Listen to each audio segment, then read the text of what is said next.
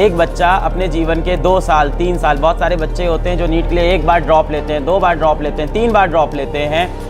घर में उनकी माताएं त्यौहार नहीं बनाती हैं, गहने बेच के कोचिंग करते हैं, किताबें खरीदते हैं, अपनी तैयारी करते हैं, दोस्तों के साथ घूमने नहीं गए, पूरे अपने 2 साल 3 साल जिस एग्ज़ाम को दिए, और जब वो एग्ज़ाम सेंटर पहुंचते हैं तो मैडम पता है उनसे क्या कहा जाता है कि आप मोटा जैकेट नहीं पहनेंगे, जैकेट में आपके जेब नहीं होनी चाहिए बहुत सारी, आप जूता नहीं पहनेंगे, पानी की बोतल ट्रांसपेरेंट होनी चाहिए आपकी, आप घड़ी नहीं पहनेंगे।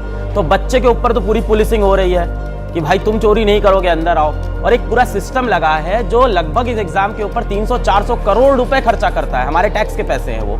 और उसके बाद भी वो कहता है कि ठीक है पेपर लीक हो गया, कोई बात नहीं, हम एक काम कराते हैं, इसको पेपर को फिर से करा देते हैं। बच्चे का यहाँ से जो समय बर्बाद होगा, यहाँ से 2 महीने जो बर्बाद होंगे, अब वो कैसे तैयारी करेगा, किस माइंडसेट से वापस आएगा।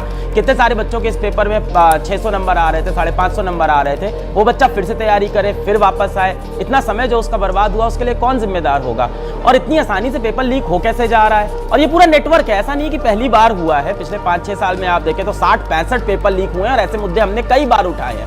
तो ये पहली बार नहीं है कि पेपर लीक का मुद्दा सामने आया है। आए दिन पेपर लीक एग्जाम्स के अंदर होते रहते हैं, नेटवर्क पकड़ते रहते हैं, और 5-5 लाख में पेपर बिक रहा है। बल्कि अंत में तो ये भी हो रहा था कि 50-50 हजार में पेपर ले जाओ। भाई 180 नंबर का 180 क्वेश्चन नीट में आते हैं, 180 सवाल आते हैं, 120-140 सवाल फंस रहे हैं किसी गेस्ट पेपर से। और ये गेस्ट पेपर निकालने वाला जो व्यक्ति, वो भी ऐसा नहीं कि पहली बार पकड़ा गया है, उसके ऊपर भी मल्टीपल टाइम्स पुलिस शक कर चुकी है, उसको मल्टीपल केस में उठा चुकी है।